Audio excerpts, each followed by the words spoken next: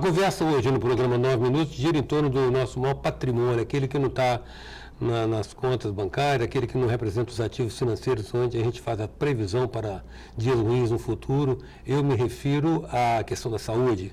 Muito recorrentemente a gente trata da questão da saúde aqui. É claro que nada que nunca, jamais substitui a consulta ao seu médico de confiança, mas alguns preceitos básicos que a gente entenda que devam ser bem disseminados no sentido da saúde começar com você a partir de um estilo de vida, de uma prática, de um comportamento, das coisas que você faz para ter uma boa saúde. Hoje nós vamos conversar com um profissional que é uma referência na medicina capixaba, já há alguns anos, mestre de muitos médicos. Ele continua sendo a citação e o parâmetro para falar a respeito da sua área de especialidade e da prática médica. Eu me refiro ao médico Michel Asbu, doutor Michel Asbu, nefrologista e clínico geral, com quem nós vamos conversar agora.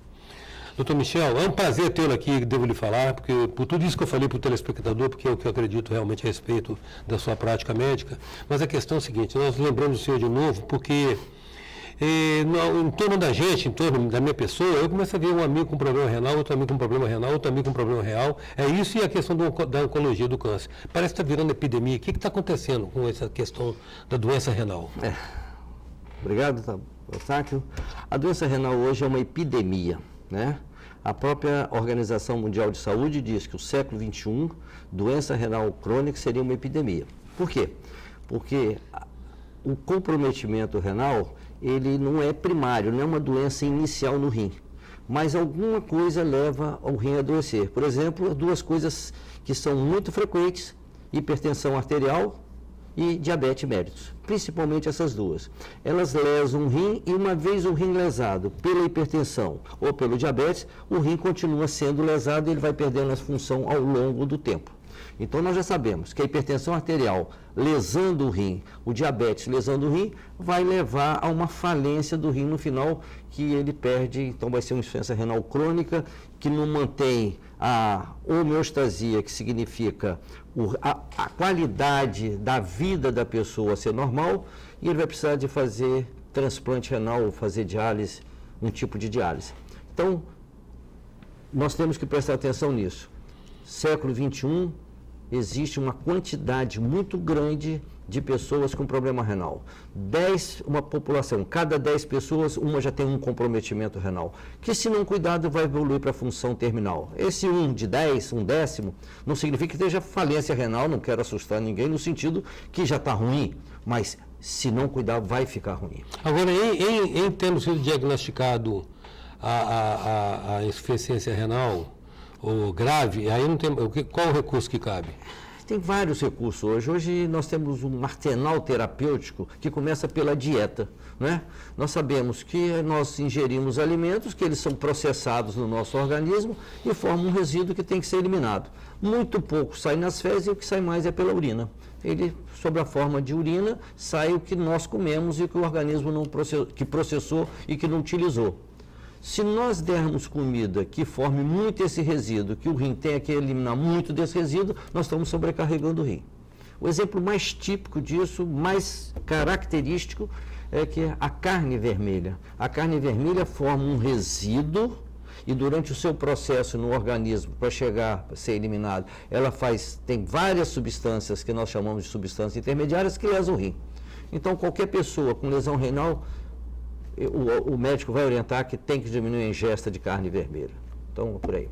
Segundo lugar, se ele não come carne vermelha, ele não come proteína, tem que substituir essa proteína. Então, nós fazemos para essas pessoas, esses pacientes que têm uma lesão renal e que vai perder a função renal ao longo do tempo, nós vamos diminuindo gradativamente a quantidade de carne que ele ingere. 3 vezes por semana, 2 vezes por semana, 1 vez por semana, para de comer carne. E ele tem que se alimentar. Então, substitui a proteína da carne por uma proteína que não faça mal, que é a proteína da clara do ovo, a proteína do leite e de seus derivados. Essas duas proteínas são albuminas, que contêm o que chama de aminoácidos essenciais. O nosso organismo não tem esses aminoácidos e precisa. A carne tem aminoácidos, mas que o organismo tem e sobrecarrega. O leite, a albumina, a clara de ovo, tem uma proteína que é constituída de aminoácidos essenciais que o nosso organismo não tem e nós precisamos utilizá-la toda e não sobrecarrega o rim. Você diria que nesse caso, então, essa dieta seria uma prescrição apenas para a pessoa que já tem esse diagnóstico de doença renal grave, ou seria profilaticamente uma dieta as pessoas que ainda não estão acometidas adotarem? Essa dieta é para a pessoa que tem um comprometimento grave. Quando o paciente tem já uma lesão renal, ele pode tem uma orientação dietética que não precisa ser tão rígida quando o problema é mais crônico, de uma forma mais avançada, né? Então, por exemplo, se você faz uma gradação de função renal, toda pessoa que chega a ter menos de 60% da função renal, e tem exames que mensuram isso, esse paciente é considerado, por mais de 3 meses, essa pessoa é considerada renal crônico e tem que ter os cuidados de um paciente com renal crônico. A dieta, a pressão arterial, se é diabético, ele vai ter que ter controle mais rígido do diabetes e todas as nuances que a função renal prejudicada agrava e piora o paciente. O senhor falou que a pessoa que não padece ainda, ou não padece de uma insuficiência renal, ou de uma doença renal diagnosticada como grave, ela não precisa, digamos, se abster da carne vermelha. Sim. Mas o uso regular da carne vermelha não potencializa essa patologia? Os pacientes hipertensos, os pacientes diabéticos, que comem muita carne vermelha, eles vão lesar o rim. Com certeza. O que eu penso mais é que essa orientação dietética, que obviamente ela é importante, não significa rigidez. Você tem que ter maleabilidade, você tem que ter bom senso. Uma pessoa que está com orientação para não comer carne vermelha, não significa que nunca mais ele vai a um churrasco. Ele pode ir, mas ele sabe que ele fazendo aquilo, ele vai ter que entrar num processo depois de acender a vela para Deus, que acendeu a vela para o diabo comendo essa carne em excesso. A segunda coisa que eu vejo muita importância é que isso pode ser mensurado de uma forma simples. Eu acho que o brasileiro, que é uma coisa muito simples, fazer uma vez por ano, a partir dos 35 anos, não tendo nada, na data do seu aniversário, fazer um exame simples de urina e dosar creatinina no sangue. Um exame de sangue que é dosagem da creatinina. Isso, sem plano de saúde, sem nada, vai custar 12, 15 reais. E ele tem uma forma de saber se o rim dele está bem. O exame de urina vai mostrar?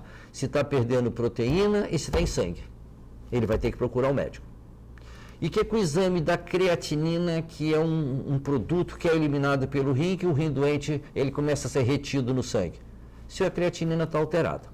Então, a creatinina, no valor normal máximo, ele já tem déficit renal. Então, depende do laboratório e a metodologia da dosagem. Mas, em média, uma creatinina plasmática, que é o exame de sangue, que mostra acima de valor de 1,5, significa que já tem déficit de função renal. Essa variação de 1,5 normal, mais normal ou menos normal, depende da raça. A etnia negra tem a creatinina mais alta, depende se tem alguma doença associada, depende do tipo de alimento, do exercício físico, porque essa creatinina é produto do músculo da pessoa. Se é masculino, tem mais creatinina. Se é feminina, que tem menos massa muscular, quando a mulher tem menos massa muscular, a creatinina vai ser mais baixa.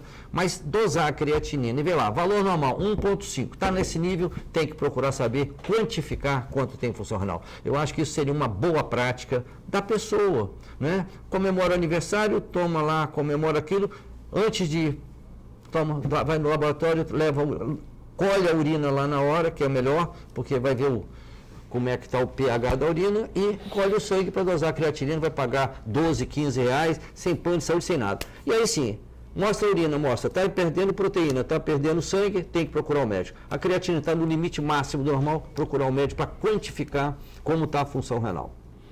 Isso tem a ver com a ingesta, com a dieta alimentar também? A creatinina pouca relação tem com a ingesta. A ureia, que é outro produto que se dosa, essa tem relação com uma série de variáveis. Inclusive a carne vermelha, né? A carne vermelha, ela pode variar por problema cardíaco, problema de ingesta, alguns medicamentos aumentam a ureia, etc. A creatina não. A creatina é dada como um bom marcador da função renal e de custo acessível e de fidelidade boa.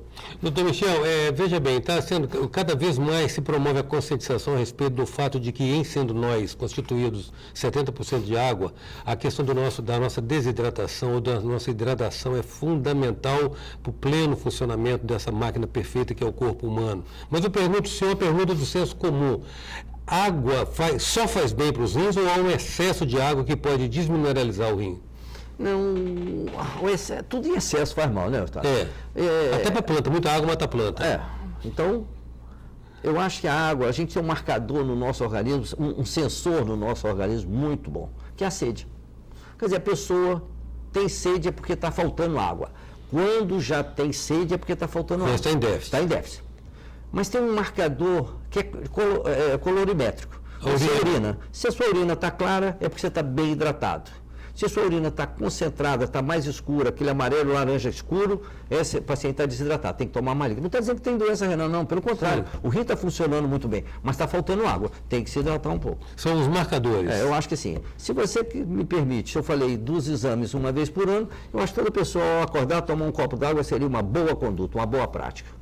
Né? Ele já começa se hidratando pela manhã porque ele passou a noite inteira dormindo e não tomou líquido. A questão da disfunção renal, das doenças que podem acometer os rins, doutor Michel, há uma predisposição genética, uma predisposição biológica, decorre de estilo de vida, como que isso acontece? Maus hábitos, Tudo isso que você falou é correto. Tem algumas doenças renais que são congênitas, outras são de origem genéticas.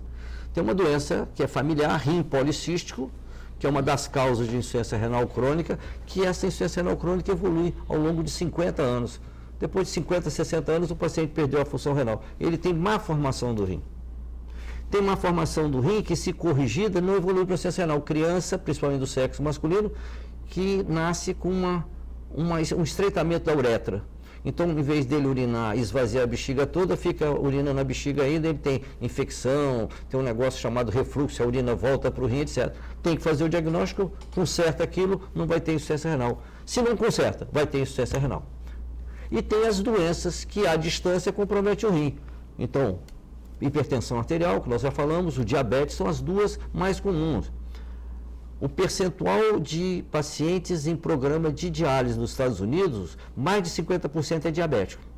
O controle hoje melhor do diabetes, do ponto de vista de doença coronária, as amputações e a pessoa continua viva, controla a infecção, etc., fez com que a doença renal, que era mais tardia, hoje é mais frequente nos Estados Unidos como causa de insuficiência renal e diabetes. No Brasil, ele é o segundo lugar, primeiro é a hipertensão, em segundo lugar o diabetes.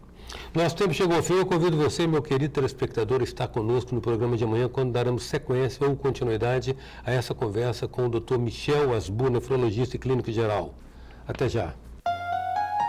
Sou passageiro do tempo, tentando entender erro e acertos caminhos, aprendendo a